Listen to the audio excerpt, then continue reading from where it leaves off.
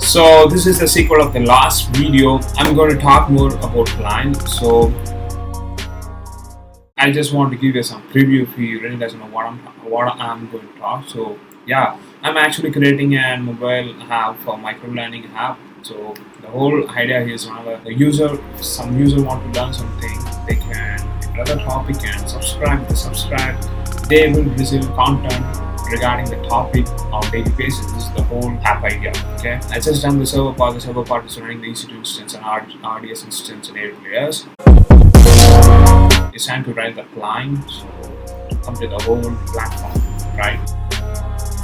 In this video, I'm going to talk more into push notification service. So if you haven't watched the previous video, go and watch it. I just talked about just using push notification service. Push notification service is one of the part of the server. Whenever the whole process is done, I'm just triggering a push notification service. So I have to handle it right? So I'm going to talk more about push notification service that is used in the client.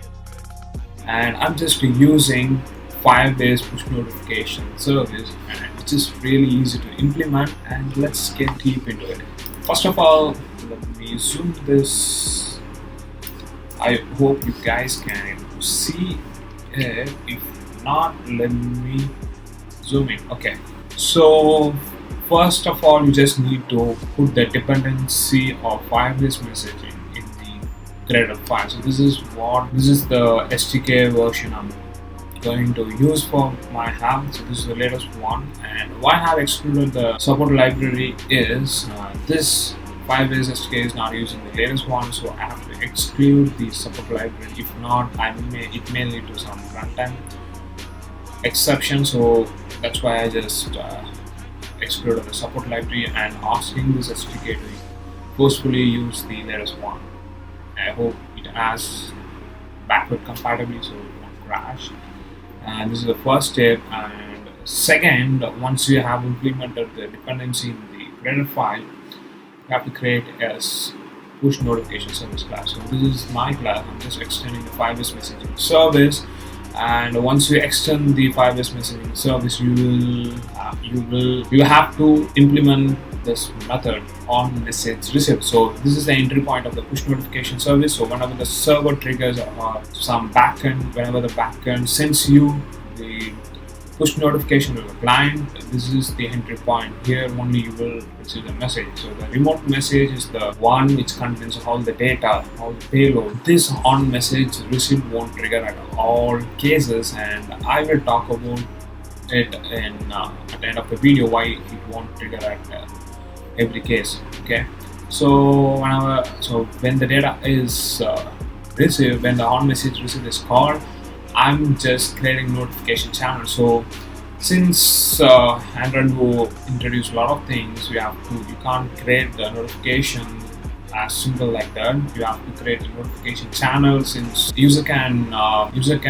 go and do whatever they want. So Bill is running in the version greater than or equal to O. You have to create the channel with channel ID. After creating it, you have to send the notification. I'll be getting the title from the data. So remote message or get data or get title. These three things are sent from the server. Okay, title, body, and URL. These three things are sent from the server, and I'm just creating the pending intent. So whenever the user clicks the notification, and I'm deciding where it actually needs to go. I'm currently asking it to go to the main activity.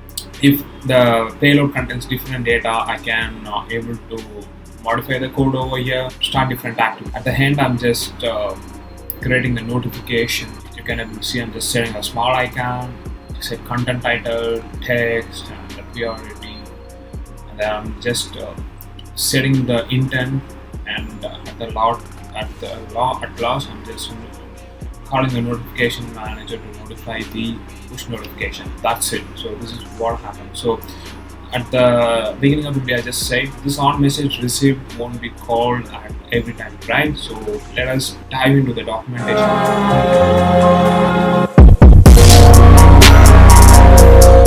So this is what I'm talking about. So backend can send the notification three different forms. One is notification, only notification, another is data. Another is they can send notification as well as data. So when they send payload as the notification, this horn message received won't be called when the app is in background. So it will be called only when the app is in foreground. Weird, right? Yeah, that's how it works. And if they send both notification and data, the same things. You won't receive the horn message receive won't be called when in background. So notification, system tray data in extra. That is the on message receive won't be called.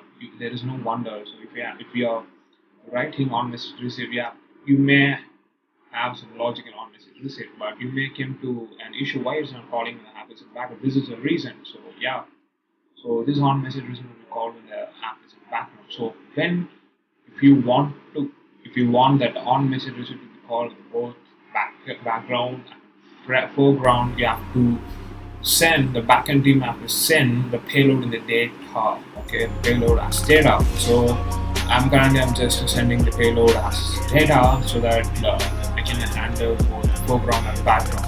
That's it. So yeah, that's it for the video. If you really like it, please subscribe. And if you like, if someone needs, please go and share it. I'm just going to do a lot of videos like this. If you really want to tell something, please note it down. That means a lot to me. And other than it's my friend Samuel. Peace.